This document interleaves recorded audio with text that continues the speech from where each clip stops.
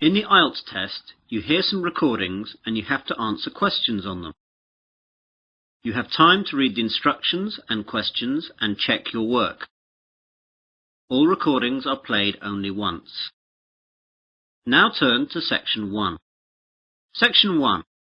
You will hear a conversation between a man and a woman as the man joins a local library. First, you have some time to look at questions 1 to 5.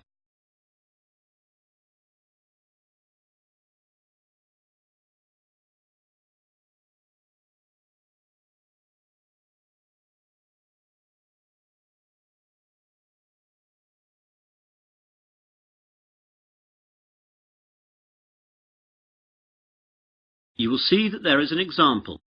This time only, the conversation relating to this will be played first.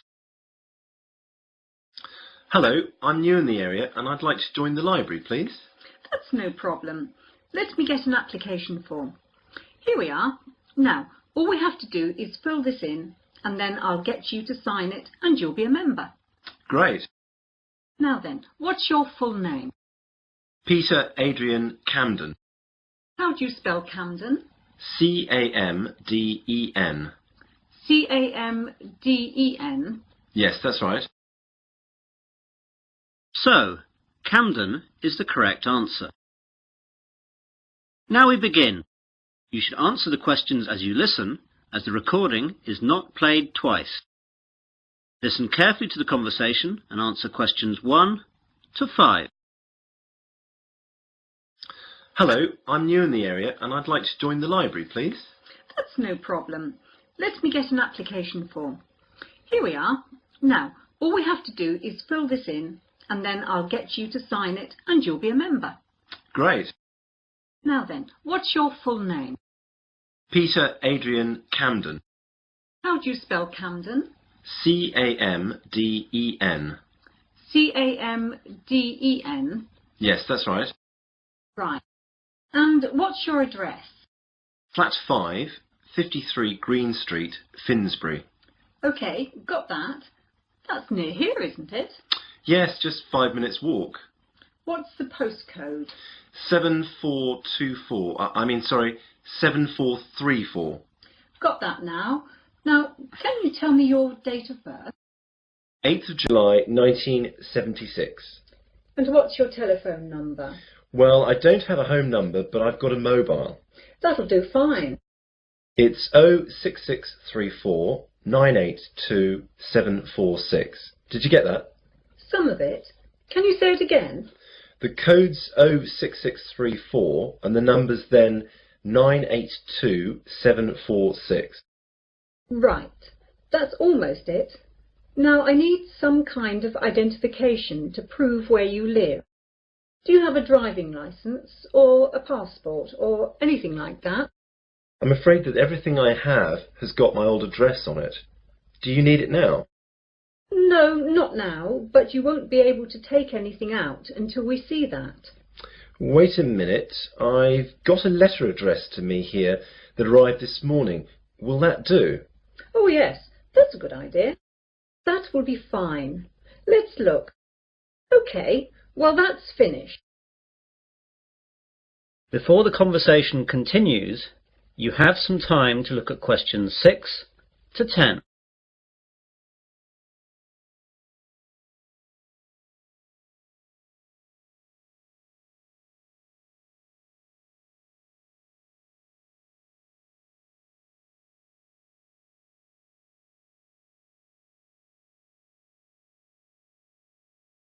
Now listen carefully and answer questions 6 to 10. Could I ask you a few questions?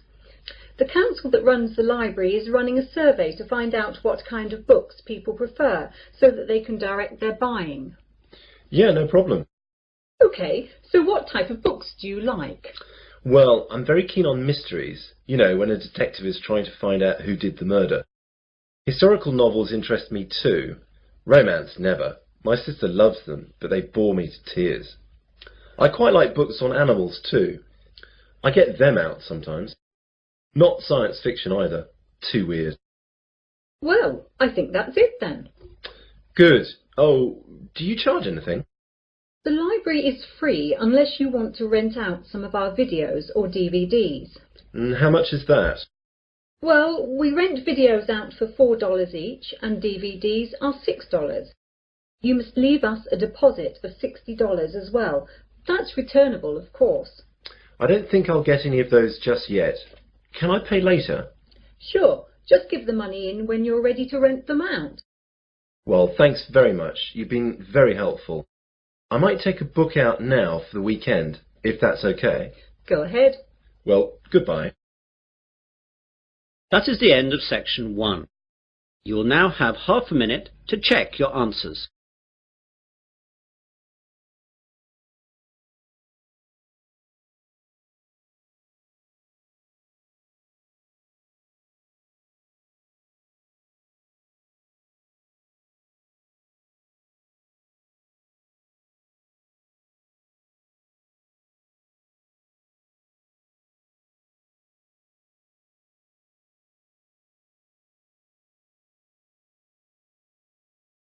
Now turn to section 2.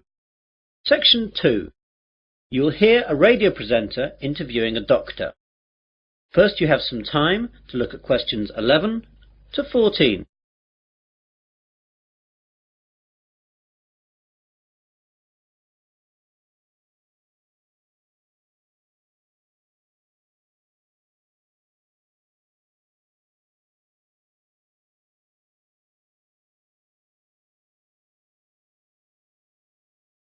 Now listen carefully to the interview and answer questions 11 to 14. Hello everyone. I've just been joined in the studio by Dr. Matthew Johnson. Dr. Johnson works at the Wesley General Hospital and he's here today to tell us all about giving blood. Good morning, Matthew. Good morning. So Matthew, why is it important for us to give blood? Donating blood is not important. It's actually vital that people do this. Without donated blood, thousands of people would die every year, and it's something that could affect everyone. We all expect blood to be there for us, but barely a fraction of those who can give do. Yet, sooner or later, virtually all of us will face a time of great vulnerability in which we will need blood, and that time is all too often unexpected. The need for blood is great. On any given day, an average of 38,000 units of red blood cells are needed. Blood transfusions are often needed for victims of things such as accidents and burns, heart surgery, organ transplants, and patients receiving treatment for leukemia, cancer or other diseases.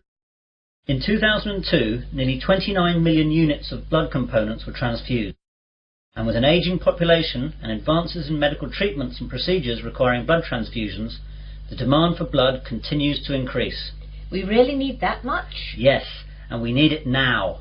Blood supplies nationwide have reached critically low levels, with less than 1 day's supply of several blood types.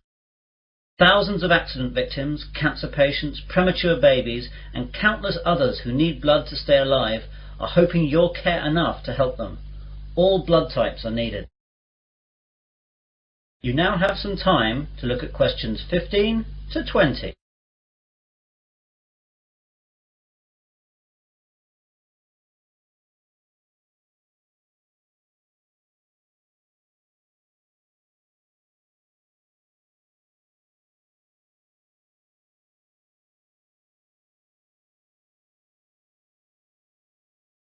Now listen to the rest of the conversation and answer questions 15 to 20. What are the different types? It's a bit more complicated than that. First we collect the whole blood from donors, and then it's sorted into the different types, which are basically O, A, B or AB, though there are also divisions here. Then the blood is split into its constituent parts. We divide it into 4 basic parts. First there are the red blood cells, then the white blood cells, then things called platelets, and finally plasma. This is shipped off to hospitals where they use the blood parts that the patients need. What are the different parts used for? Well, as I said before, the whole blood is your blood in its natural state, and something we rarely use. It's much more useful to us to have it separated into its component parts. Red blood cells are what everyone associates with blood, i.e. it's red. It's widely used to replace lost blood during surgery or when people hemorrhage. Its main function is to carry oxygen to cells. White blood cells are the most important part of the body's immune system, and they're used for patients whose normal defense systems aren't working properly. Platelets are crucial for making your blood clot, and we need to give them to patients who suffer from illnesses that deplete their natural levels of platelets, or they will bleed to death. Finally, plasma is what carries the other parts of blood around, and needs to be administered with any of the other components. Take away the red blood cells, and this is actually yellow. So that's what blood is all about. Now, you're here in Wesley today to collect blood. Can you tell us where and when we can donate? Of course. We're set up here today, that's Wednesday, and for the next 2 days at Wesley General Hospital at the outpatients department. Come along between 9 a.m. and 4:30 p.m. and we'll be able to deal with you within 1 hour. And let me tell you a few things that will calm your fears about giving blood. Aside from a brief needle prick, it doesn't hurt to give blood. Your body will replace the blood you donate within days of your donation. And finally, you can't catch AIDS, hepatitis, or any other disease by giving blood. And of course, you get a cup of tea and a biscuit afterward. And can anyone give blood? Almost everyone. Donors must be in generally good health, be at least 17 years of age, weigh no less than 110 pounds, have not received a tattoo within the past year, and not have donated whole blood within the past 56 days. We screen donors with a series of questions before we take the blood, so if you're unsure, come down and we'll let you know. Please come down and see us. Remember, if you can donate 1 pint of blood, this can save up to 3 lives. Well, thanks, Matthew. I, for one, will definitely be going down to Wesley General to donate. That is the end of section 2. You will now have half a minute to check your answers.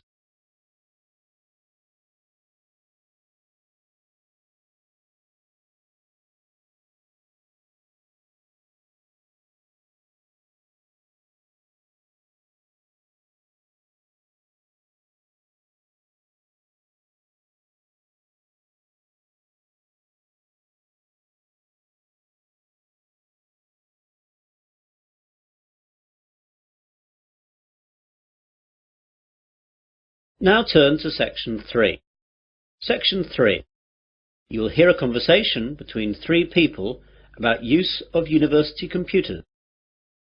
First, you have some time to look at questions 21 to 27.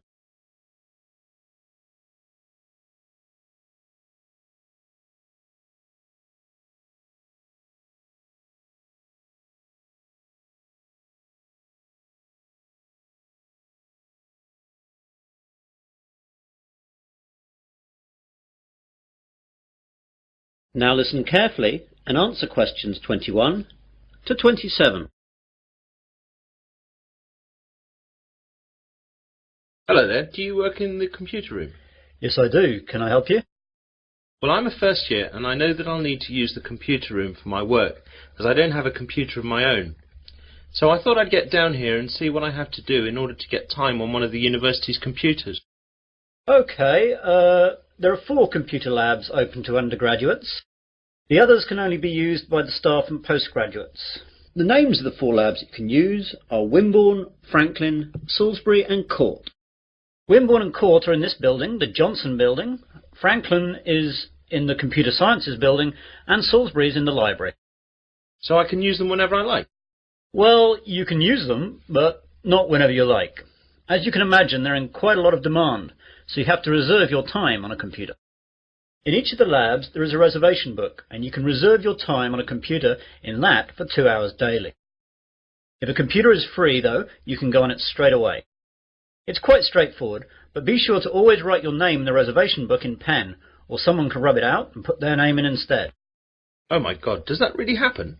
I'm afraid so, and far more often than you would think. When people are stressed about their assignments, they'll do anything to get some time on the computers. Better not try it yourself, though, or you'll be banned from the computers for the rest of the academic year, and your password and username will be taken away. That reminds me, I've got to get a username and password. How do I go about that then? Well, what I'll do is to pass you over to my colleague Jane, as she's in charge of all that.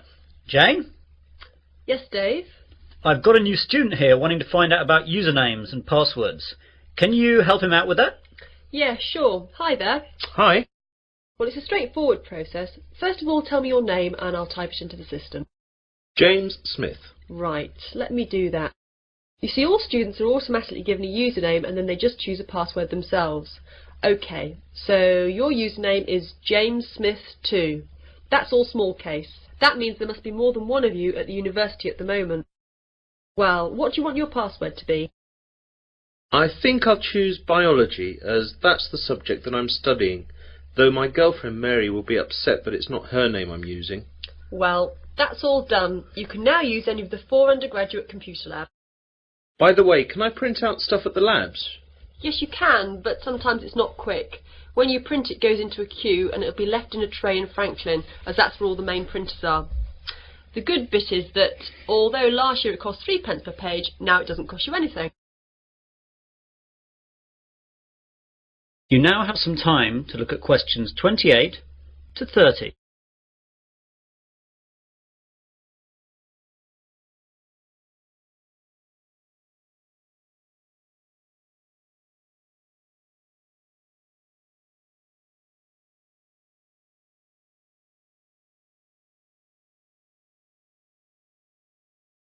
Now listen to the rest of the conversation and answer questions 28 to 30.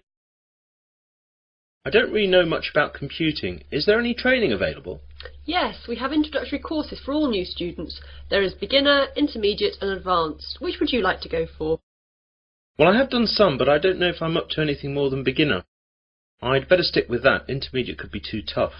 Well, your course is in Franklin then. We're in Court now. You know where that is. That's in this building too, isn't it? No, that's Wimborne you're thinking about. Franklin's over in the Computer Sciences building. Anything else?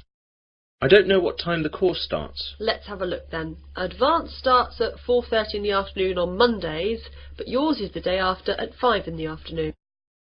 Are there any other times, as I've got a part-time job then? Yes, you could try Thursday at 2 p.m. How's that? Even worse, as I've a tutorial then. Anything else? No, that's it. I'll have to rearrange work then. I can't miss the tutorial. That is the end of section 3. You will now have half a minute to check your answers.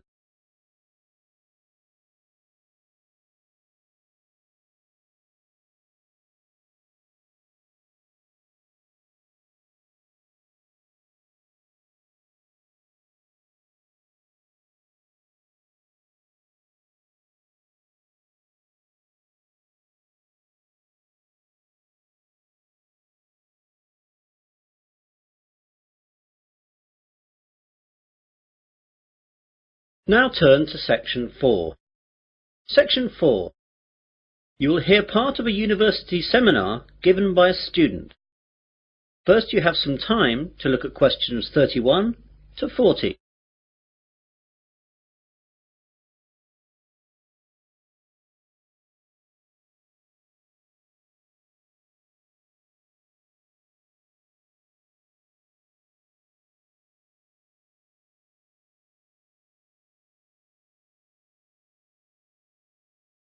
Now listen carefully and answer questions 31 to 40.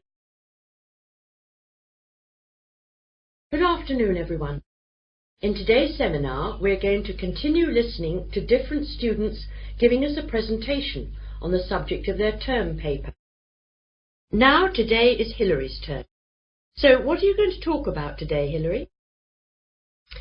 Well, some of you will know that I was brought up when I was young in Japan, and I'm going to do my term paper on Japan's bullet trains, which have revolutionized their rail industry.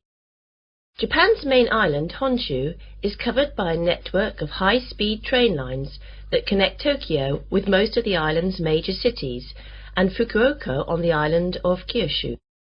Japan's high-speed trains are called Shinkansen, but are known to us as bullet trains. The Japanese bullet train system is credited with being the world's first purpose-built high-speed railway, and the model and inspiration for all other similar type systems running today, such as the French TGV. The reputation it has earned for safety, speed and punctuality is unsurpassed. I'd like to give you some figures about that.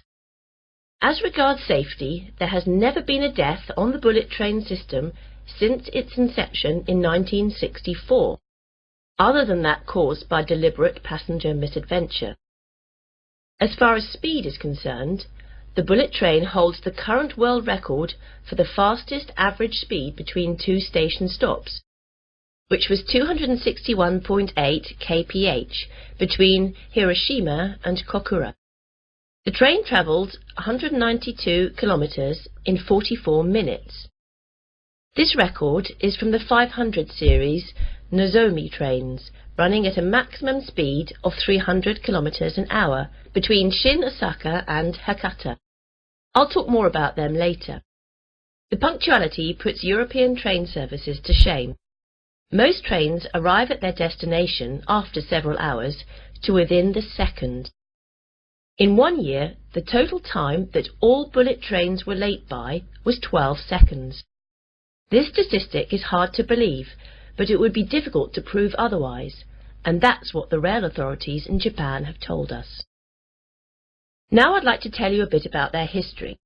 The first bullet train was introduced in 1964 by Central and West Japan Railways for the Tokyo to Osaka route. Most of these old trains have now been discontinued. There have been several bullet train models since then. The most recent ones have been the 300, 500 and 700 series, and it's the 500 series one that can travel at 300 kph. The bullet trains operating in Japan today are of the three following categories: Nozomi, Hikari and Kodama.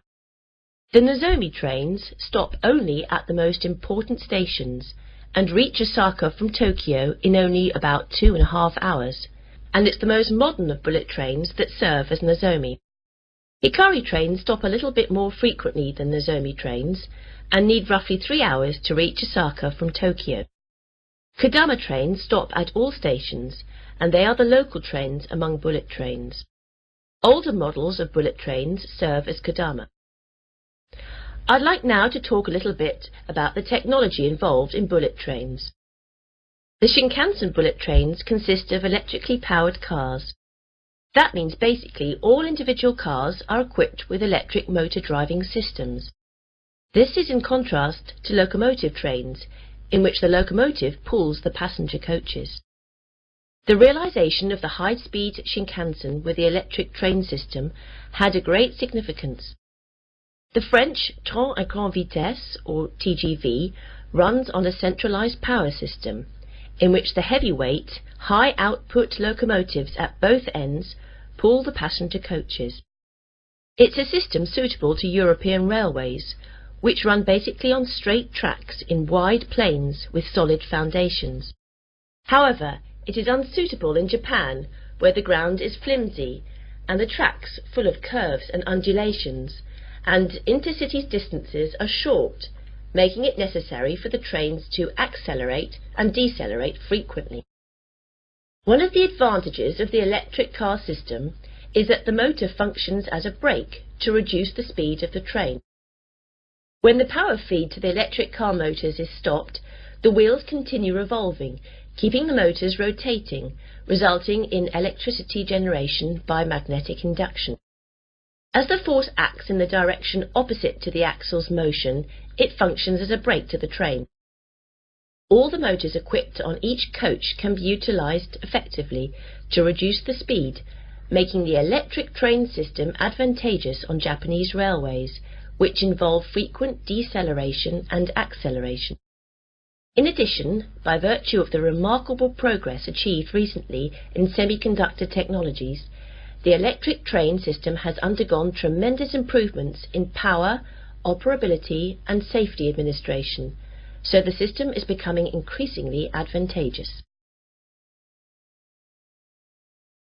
That is the end of section 4. You'll now have half a minute to check your answers.